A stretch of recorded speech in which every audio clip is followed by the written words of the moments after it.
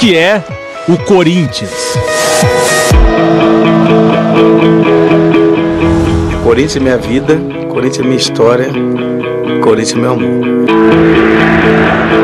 O que é ser corintiano?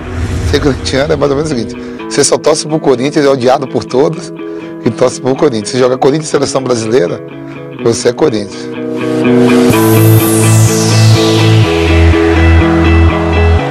O que é ser campeão brasileiro pelo Corinthians? Acho que foi a maior glória que eu tive como atleta, como jogador de futebol, melhor dizendo, foi ter vestido a camisa do Rivelino e ter conseguido ser muito importante num primeiro título brasileiro depois de 80 anos. Né? Não é para qualquer um.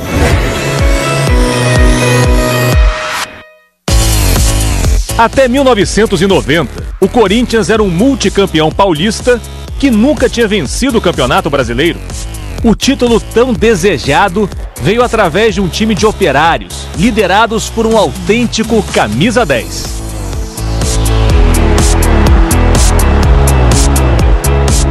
Neto está no Corinthians há 1 ano e 3 meses e nesse período já disputou 62 jogos e marcou 24 gols. Mais de 60, 70 faltas, né? Meu índice hoje foi muito bom, 80%.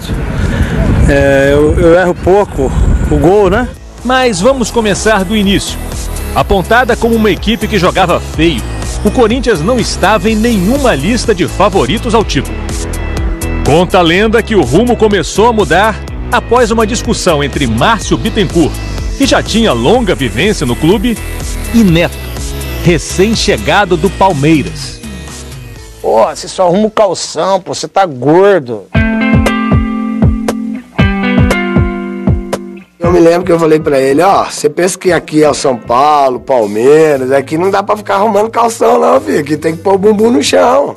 Pô, é lógico que eu precisava entender o que era o Corinthians. E como que eu entendi isso? Respeitando a dura que o Márcio me deu.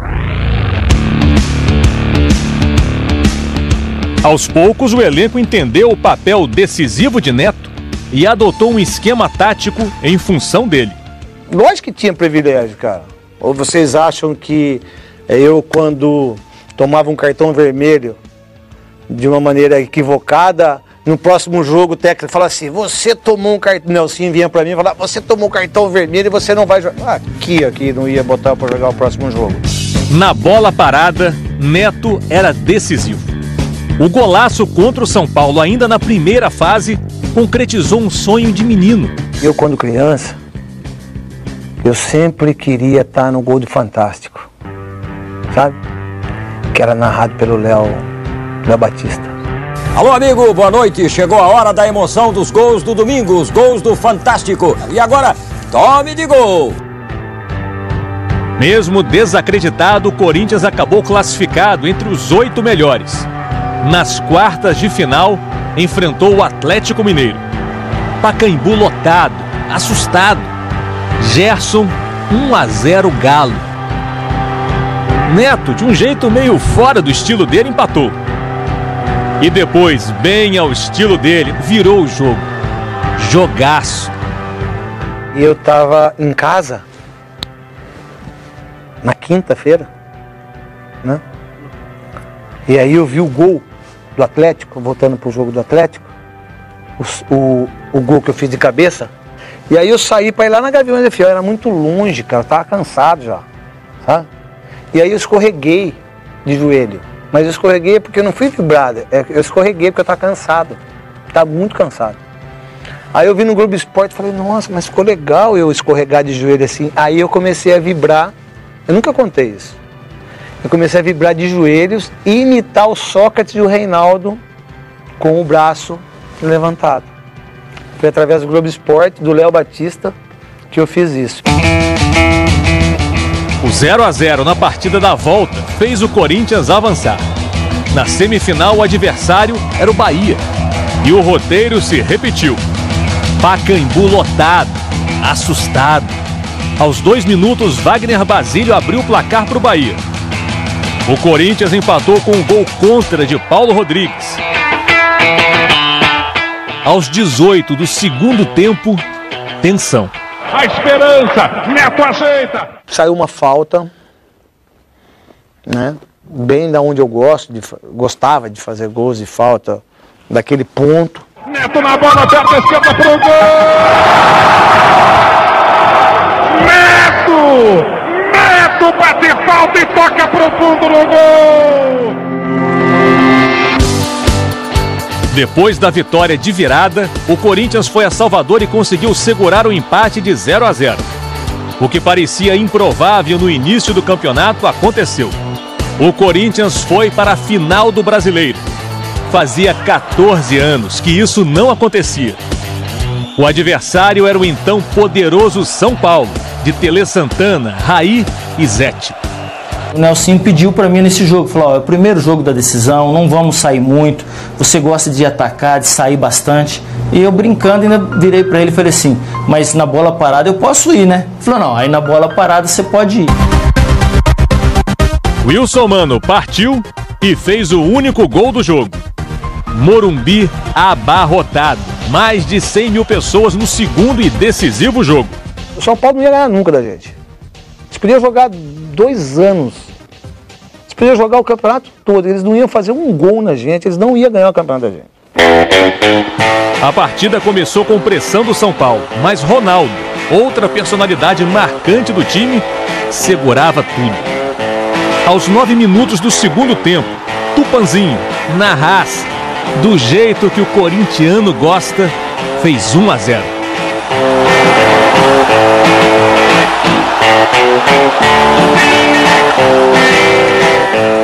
Acabava o estigma de clube regional do Corinthians. Era campeão brasileiro pela primeira vez. Nós voltamos pro hotel. Só que como eles não acreditavam na gente, não tinha nada. Nem janta tinha. É brincadeira ou não? Ah, é o fim do mundo, o cara falar uma... E é verdade, certo? Eles não tinham preparado nada, não tinha nem faixa para nós. E outras conquistas se seguiriam, com novas gerações de craques à frente, para provar que ser campeão nacional no Corinthians era uma vocação, não um episódio apenas.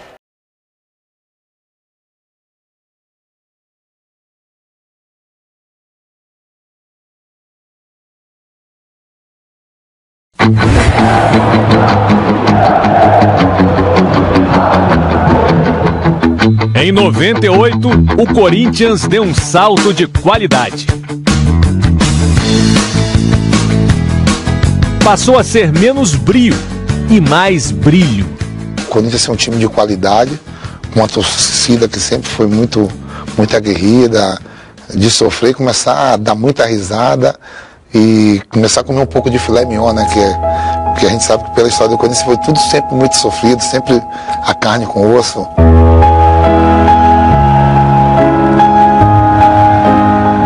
Cara, a gente via a expressão facial de cada torcedor, era um negócio, sei lá, era um negócio lindo, um negócio maravilhoso.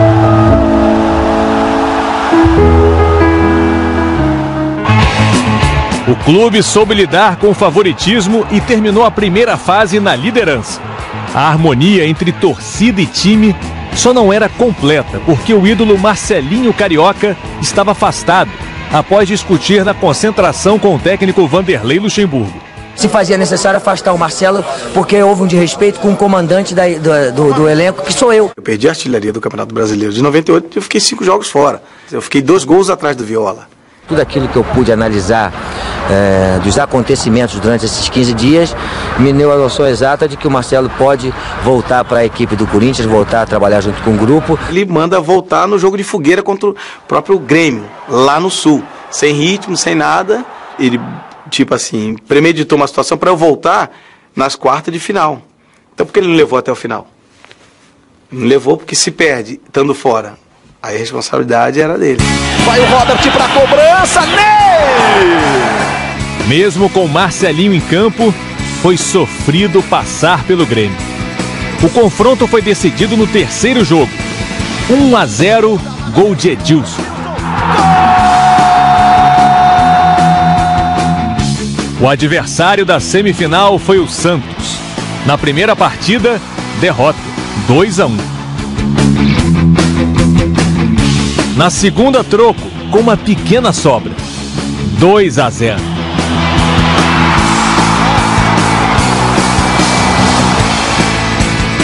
Naquele ano, a fase final era disputada no sistema de playoffs.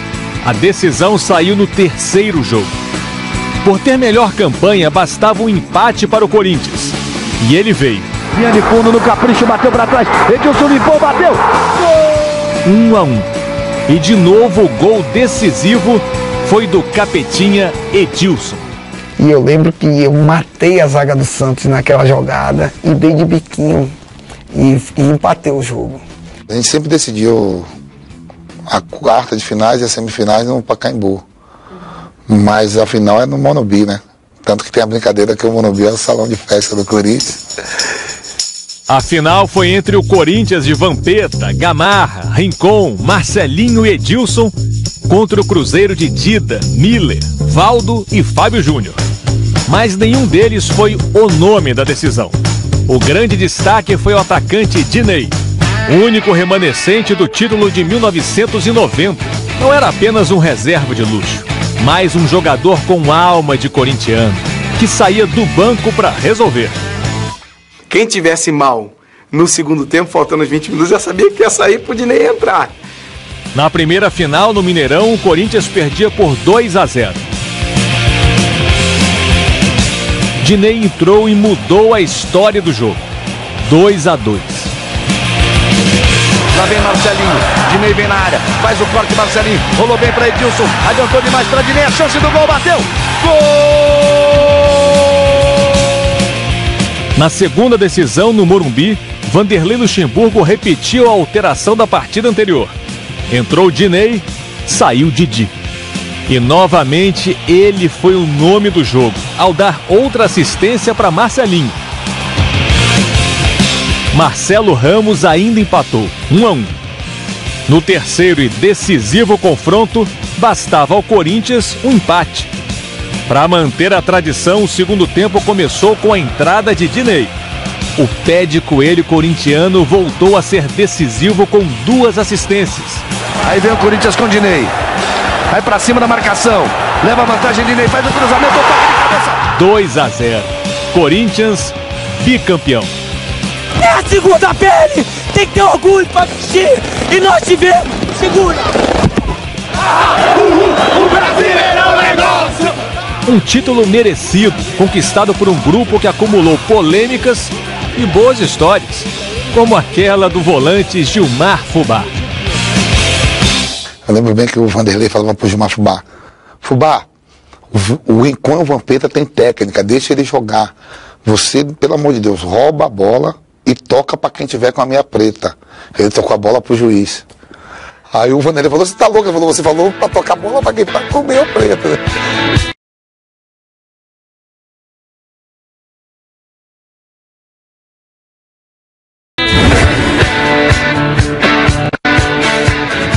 Em 99 o Corinthians trouxe o Dida e o Luizão. Aí nosso time virou uma seleção. A comissão técnica também mudou. Vanderlei Luxemburgo foi contratado como técnico da seleção brasileira. E o auxiliar dele, Oswaldo de Oliveira, assumiu o cargo. O ponto forte do time de Oswaldo era o meio-campo. Montou um quadrado mágico formado por Rincon, Vampeta, Marcelinho e Ricardinho.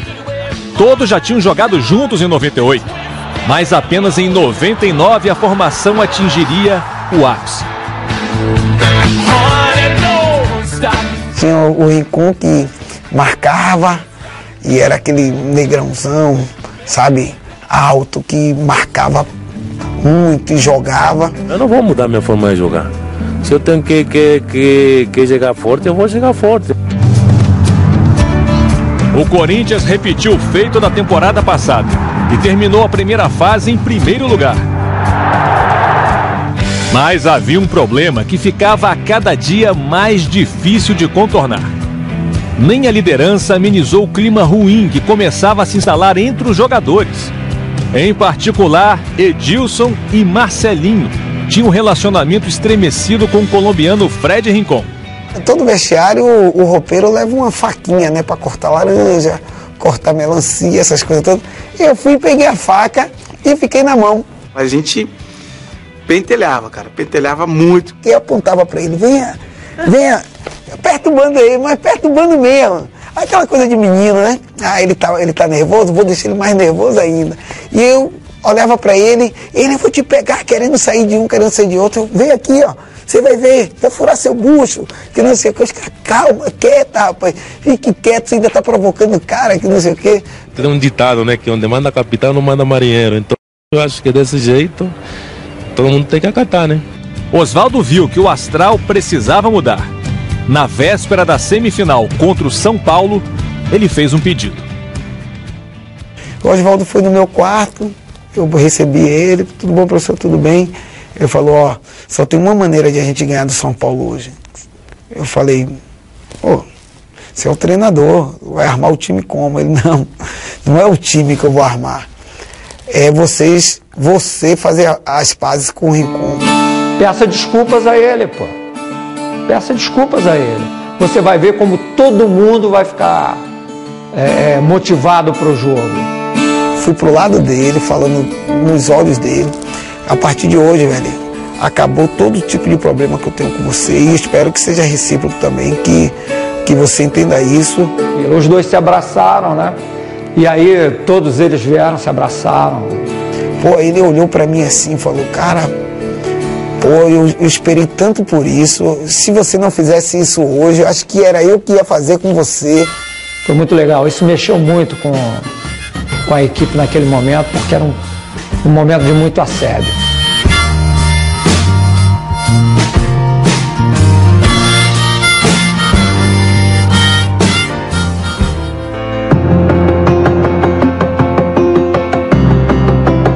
O jogo contra o São Paulo foi o mais espetacular da temporada.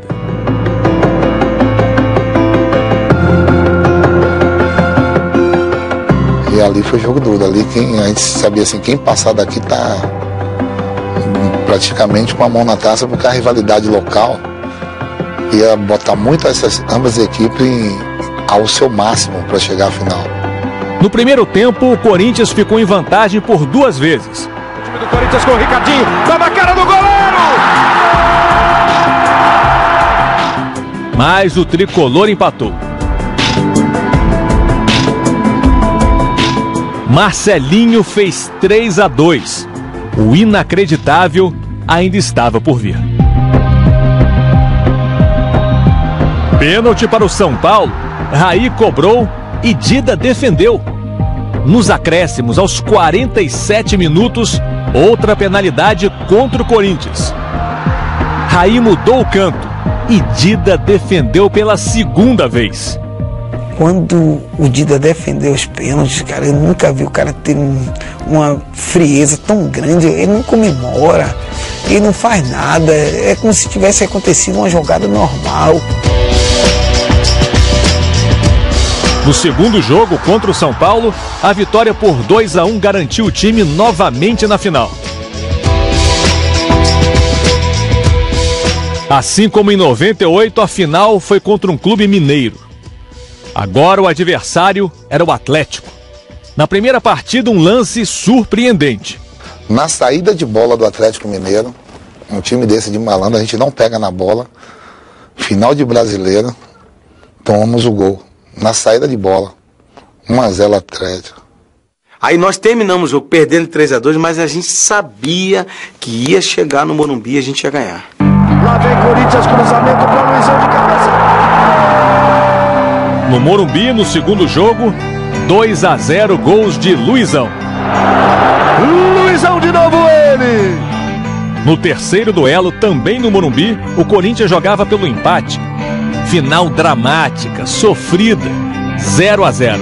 Rolou pro meio, a bola batida pro gol de Ida, tropeçando, voltou, meteu a mão direita na bola e fez a defesa. A geração de Vampeta, Rincon, Marcelinho, Ricardinho e Edilson entrava para a história do clube como um time forte, completo, capaz de mesclar jogo coletivo baseado no quadrado mágico de meio campo, o improviso e o alto poder de definição de muitos jogadores do elenco.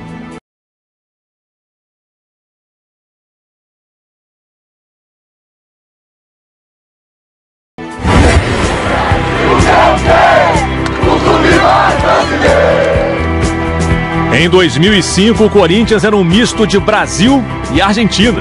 Impulsionado pelo dinheiro de uma parceria milionária, o clube trouxe para o Brasil o craque mais promissor do futebol argentino daquela época.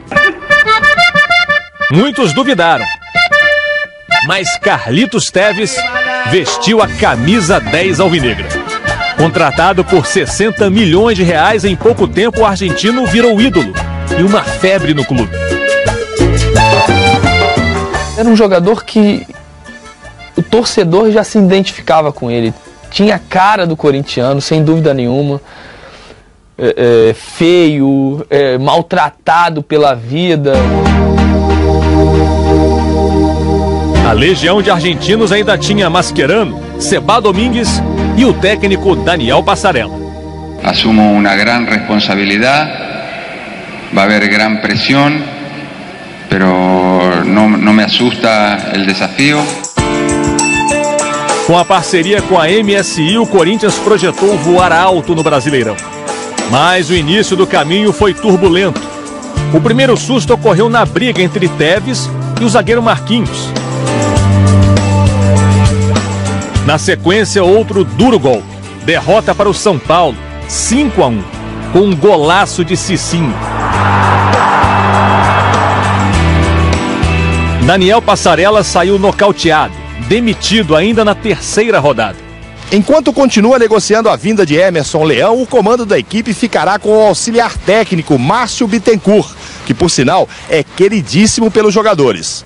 Quando o Passarella saiu, muita gente falava que aquele grupo era o grupo mais complicado do Campeonato Brasileiro. Que muitos treinadores não queriam vir porque era tumulto, né? Em 23 de agosto, o elenco corintiano, que já era forte, subiu mais um importante degrau ao contratar Nilmar. Tevez e Nilmar se entrosaram em pouco tempo. Juntos formaram a melhor dupla de ataque do campeonato. Um episódio marcante da trajetória dele se deu diante do Flamengo. Antes da partida, o presidente do clube na época, Márcio Braga, provocou Carlitos Tevez. Dizem que é um grande jogador da seleção, custou 20 milhões, vamos ver o que ele mostra aqui hoje. Após marcar 2 gols na vitória por 3-1, Tevez ironizou. Agora me conhece? Agora acho que dentro de campo ele já me conhece. O ambiente do time só não era melhor porque o técnico Márcio Bittencourt se despedia da equipe naquele dia.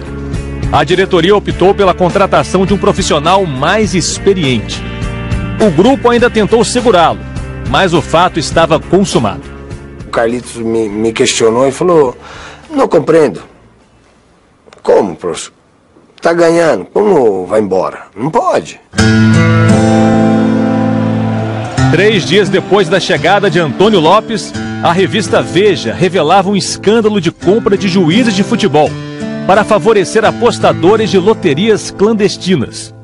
Essa informação veio de uma fonte que me ligou e disse que tinha uma história bomba e que um juiz da FIFA estava envolvido numa quadrilha e vendendo resultados. Eu chamei primeiro o Rizek e disse, ele era repórter da Editoria de Brasil na época, eu era editora, e disse: Rizek, você vai fazer a matéria da sua vida. Minha reação para ela foi: Thaís, trabalhei com futebol, isso aí não existe, é trote. Ninguém rouba jogo do Corinthians, do São Paulo, assim, com rede nacional, com a TV mostrando. A certeza de que a matéria existia, de que a reportagem, de que a denúncia era verdadeira, veio logo no início. Não havia dúvida de que o cara estava falando a verdade. Uma coisa é você saber, a outra é você provar. E foram 6 meses colhendo provas, a gente acabou levando essas denúncias para o Ministério Público e para a Polícia Federal. A reportagem mostrou que o tal juiz ladrão não era uma lenda urbana, não era um mito, mas existia de fato. Mas, por outro lado, fiquei triste, porque era uma tremenda traição, né? Uma tremenda traição. Após a descoberta do esquema que ficou conhecido como Máfia do Apito, 11 jogos apitados por Edilson Pereira de Carvalho foram anulados. O Corinthians teve 2 jogos no pacote. Havia perdido para o São Paulo, 3-2, e Santos, 4-2. Na repetição, empatou com o Tricolor 1-1 e ganhou do Peixe 3-2.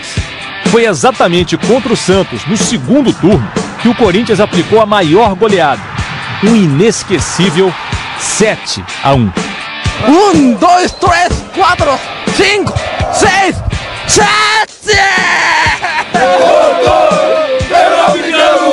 O japonês é Corinthians! A partida mais esperada do campeonato de 2005, Corinthians e Internacional disputavam a liderança.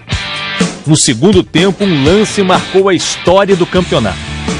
Foi uma disputa entre Fábio Costa e Tinga. Para o Internacional, foi pênalti claro.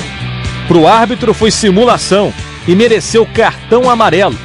O segundo do Tinga acabou expulso. 1-1 placar final. A decisão ficou para a última rodada. O Corinthians podia até perder, desde que o Inter não descontasse uma diferença de 6 gols de saldo. No Serra Dourada, o Timão foi derrotado pelo Goiás por 3-2. Mas sagrou-se tetracampeão, porque o Inter perdeu por 1-0 para o Coritiba.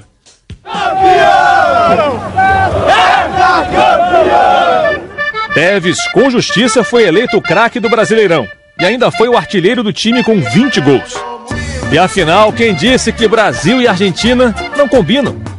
Ao menos no Corinthians, a garra argentina caiu como uma luva de boxe.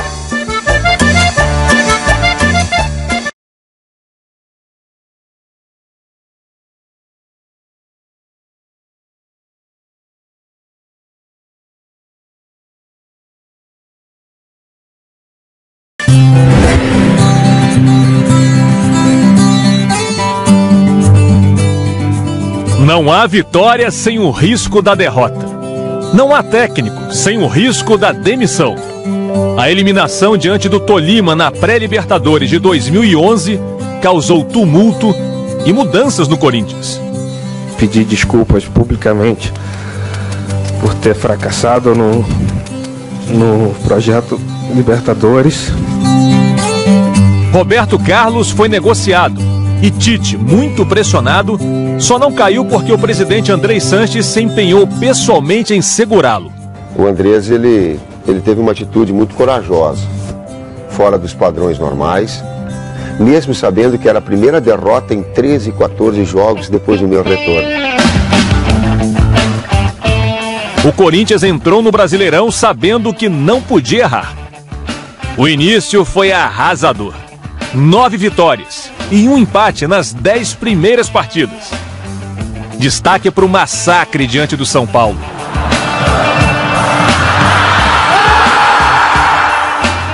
5-0, 3 gols de Liedson.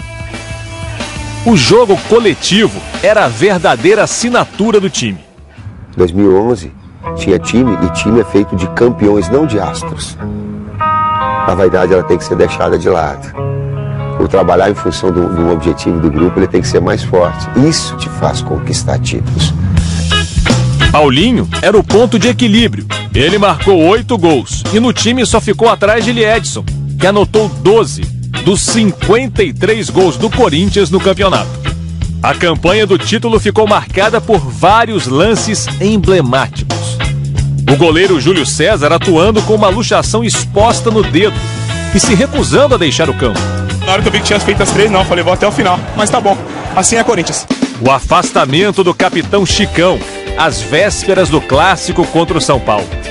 O gol do peruano Ramírez contra o Ceará, que definiu o jogo e pode ter redefinido o destino do Corinthians no Campeonato Brasileiro. E por fim, a imagem mais marcante de todas. O gol de Adriano, aos 44 minutos do segundo tempo, que deu a vitória diante do Atlético Mineiro.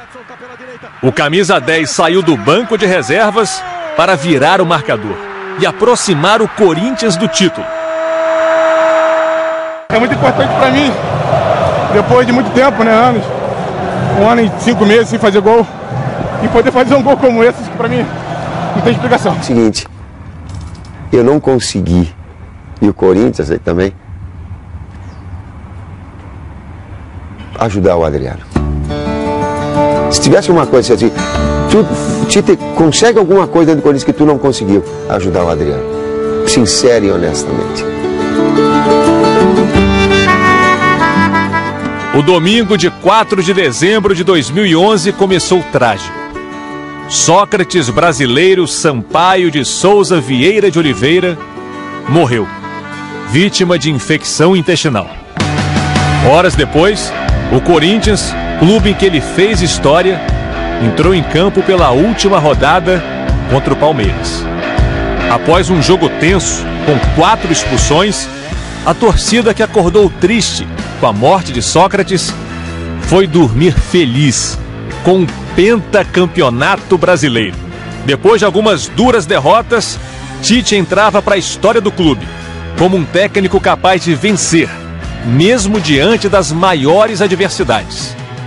Ele é fantástico, ele tem ele consegue ver as coisas de uma maneira que poucos conseguem, e aquele ano foi que ele começou a montar o Corinthians com a cara dele. Ele conseguiu montar um elenco muito qualificado, que se respeitou muito, independente de quem jogasse. Diferenças, circunstâncias e fatos marcaram os 5 títulos nacionais do Corinthians. Mas é evidente que eles têm em comum a imensa força de uma torcida que é diferente. O que tem de diferente o torcedor corintiano é que durante 90 e tantos minutos ele apoia o seu clube. Eu já ganhei muitos jogos no Pacaembu, o Corinthians jogando mal pra caramba, por causa da força da torcida.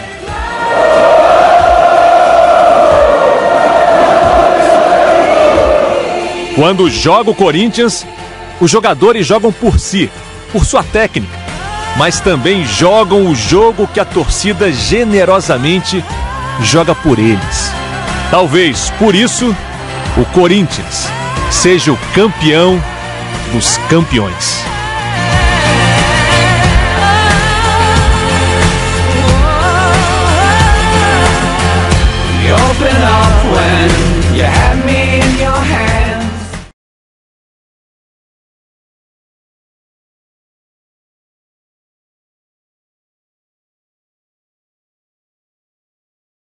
E agora você fica com a história da noite de ontem, que culminou no 6º título brasileiro do Sport Clube Corinthians.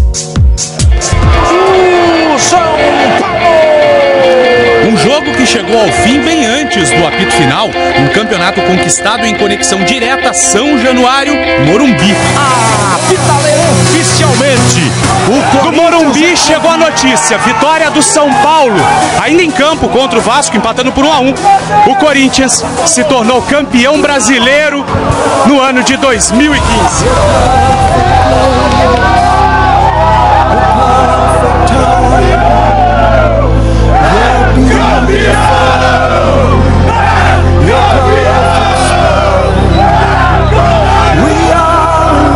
Ainda restavam 10 minutos com os acréscimos para o fim do jogo.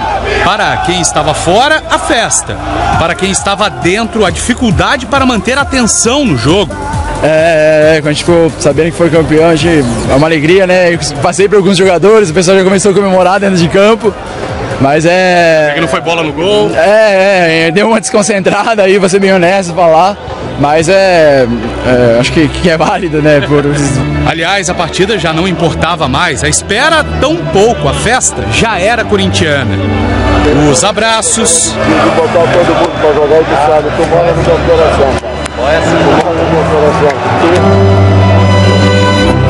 As lágrimas.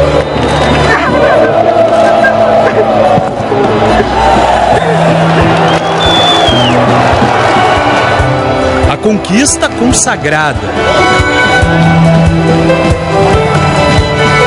E também quero dedicar também ó, esse título. Esse título. Para Renato Augusto, as palavras não eram necessárias. Mais do que falar, estava claro tudo o que o Camisa 8 sentia.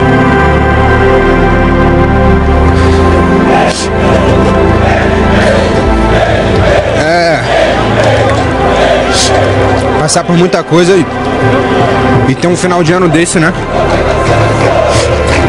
até agradecer ao Corinthians, ao Bruno, a todos os fisioterapeutas, a torcida, que teve muita paciência comigo. E hoje está podendo retribuir. Então, tem certas coisas na vida que não tem preço. E vivenciar uma coisa como eu estou vivendo hoje, em 2015, espetacular. Você sair de um cara desacreditado e de repente você está na seleção e de repente você tem a oportunidade de jogar, e de repente você joga, faz gol, 2 dias depois está aqui para ser campeão brasileiro. Tite, se não fosse jogado para o alto pelos jogadores, poderia tranquilamente levitar com tanta alegria. Luca agora pode ir à forra com os amigos que em 2007 brincaram comemorando o rebaixamento do Corinthians. Agora aguenta que vai ser minha vez. Mas foi fácil? Claro que não. O corintiano já sabe disso. E no jogo do líder contra o vice-lanterna foi realmente complicado. O desespero do Vasco para sair da zona de rebaixamento deixou o jogo nervoso. Os cariocas até foram melhores no primeiro tempo, ao menos nas chances de gol. Riascos limpou pro pé esquerdo, bateu pro gol, não bateu forte. O Corinthians ainda assim manteve a calma de sempre, e se o bom desempenho não apareceu, o time do Corinthians tenta chegar, o Matson conseguiu. O time controlou as ações, teve posse de bola para assim deixar o jogo no ritmo que era mais favorável, já que fisicamente estava desgastado. Gil Elias e Renato Augusto foram titulares 2 dias antes, defenderam a seleção brasileira contra o Peru. O futebol apresentado refletia o clima das duas equipes, tensão e ansiedade num jogo com poucas oportunidades de gol, mas nem por isso menos emocionante. O time teve na bola parada sua grande oportunidade, mas Martin Silva impediu o gol de Jadson. Jadson passa raspando o homem. O jogo mudou no segundo tempo quando o Rodrigo fez isso com o Malcom. Recebeu o segundo amarelo e foi expulso. Tá fora o Rodrigo. A superioridade numérica não foi traduzida em resultado. Aliás, virou prejuízo quando o Júlio César fez 1-0 Vasco.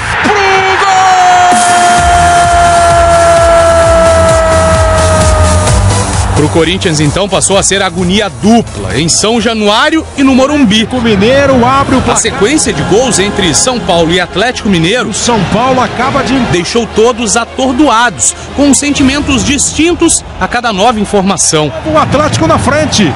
Para não sofrer tanto, Tite fez a aposta que ficou consagrada nas últimas vitórias. Luca em campo e com ele as oportunidades para o empate sobraram. Foi para frente do Júlio César, cruzamento, olha a chance do gol! O Luca já teve 2 oportunidades de cabeça. Quando o Luca resolveu servir ao invés de concluir, deu certo. Belo cruzamento de Edilson de 3 dedos e assistência de cabeça de Luca para Wagner Love chegar ao 13º gol dele no Brasileirão. Wagner Love, gol do Corinthians!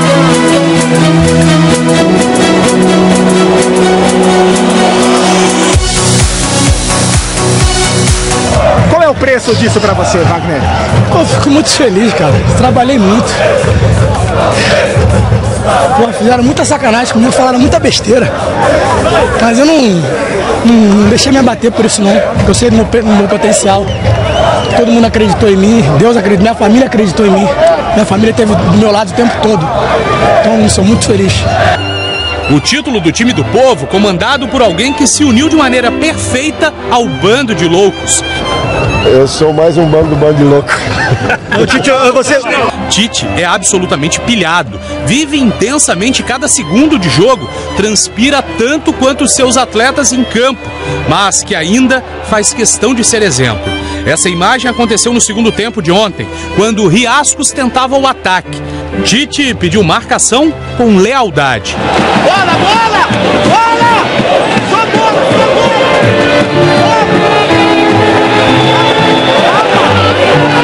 Após o fim do lance, o técnico ainda invadiu o campo. Indisciplina? Claro que não. A invasão foi para ajudar o adversário a se levantar. O cara que merece, tem a confiança de todos. E a torcida reconhece isso, que é o nome mais cantado e mais vibrado. E por nós também, porque é um cara que merece. Tite, que voltou ao futebol após visitar vários clubes europeus para estudar e aprimorar conceitos táticos. Em uma dessas visitas, uma imagem ficou na cabeça do técnico e virou desejo.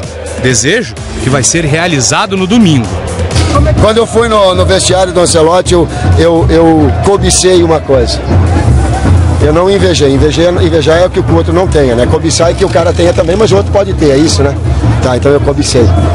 Eu vi uma foto dele, coisa mais linda, ele e o filho dele levantando a orelhuda, a Champions. Eu olhei pra eles e digo, pô, cara, se um dia eu tiver com o meu filho levantando um campeonato brasileiro, quis Deus que ele trabalhando comigo, a gente vai ter a oportunidade de levantar um campeonato brasileiro juntos e eu vou ter uma foto com o meu filho também. O técnico, que durante semanas pediu calma, tentou evitar o clima festivo dentro e fora de campo, que agora pode extravasar como quiser e ainda tem promessa para pagar. Eu digo assim, espera um pouco para antes de comemorar, calma, que deixa a situação definir, que depois que a gente tiver conquistado, vocês vão ver, eu prometo para vocês, eu entro dentro de uma caipirinha e vocês vão me ver mamado, tá? Era isso. Já eram 2h30 da manhã quando os jogadores chegaram a um restaurante para seguir a comemoração. E adivinha o que Tite queria? Vou tomar caipira agora. Valeu. O Brasileirão é do Corinthians. O Hexa chegou.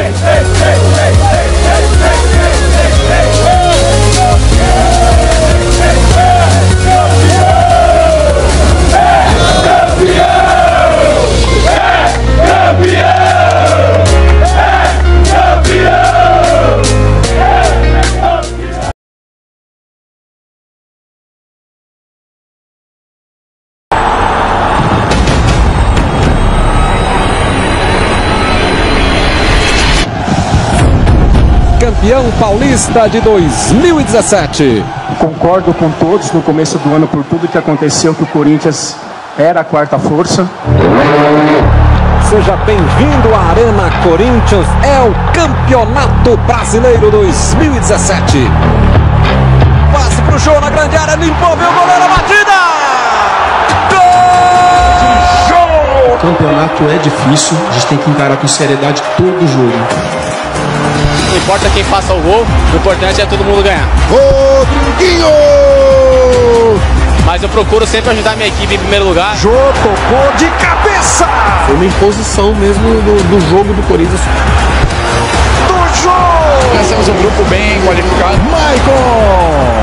E o Corinthians novamente na frente. É mérito de toda a equipe esse resultado. Eu tenho um grupo que eu estou muito feliz com o grupo que eu tenho, né? E com a volta do Romero também. Tira do goleiro! Gabriel Balbueno, zagueiro corintiano. 6 vitórias e um empate. Cássio! Tirou do Jean, pintou golaço!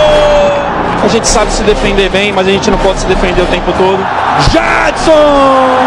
Cássio defendeu! O grande craque é o conjunto e o professor Carille, que todo mundo respeita. Pedrinho acabou de entrar no jogo e é levantado como um troféu. Pedrinho fez uma jogada linda no seu primeiro toque, balançou!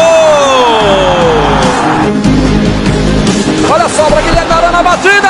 Eu treino bastante, né, esse tipo de chute. Uma pintura em Itaquera! Campeão do primeiro turno do Brasileirão. Olha, nenhum time foi capaz de derrotar o Corinthians nos primeiros 19 jogos da competição. Foi um recorde na era dos pontos corridos. Show! Claro que a gente está satisfeito com o resultado, claro, mas sabemos que a gente pode dar um pouquinho mais, vai trabalhar para isso. Competição é isso, é muito difícil todos os jogos. Passa o Rodriguinho, na trave, tem a chapa do Cleiton! Acho que o elenco é muito qualificado e todo mundo está de parabéns e muito feliz com essa vitória. Comemora o torcedor corintiano. Lá vem a bola na pequena área, o desvio, olha o Romero, tirou, o goleiro entrou. O Corinthians se reabilita de 4 jogos sem vitória. A torcida do Corinthians voltou a sorrir, né? É o sorriso do título. Proporcionaram o maior público da história da Arena Corinthians fora da Copa do Mundo. Foi mais que uma vitória. O Corinthians jogou feito campeão. Arriscou o tiro cruzado. Giovanni Augusto. Na marca dos 4 minutos. O Corinthians foi quem jogou melhor e vai ser o campeão. O Corinthians já é o campeão. Eles é bom, é muito bom.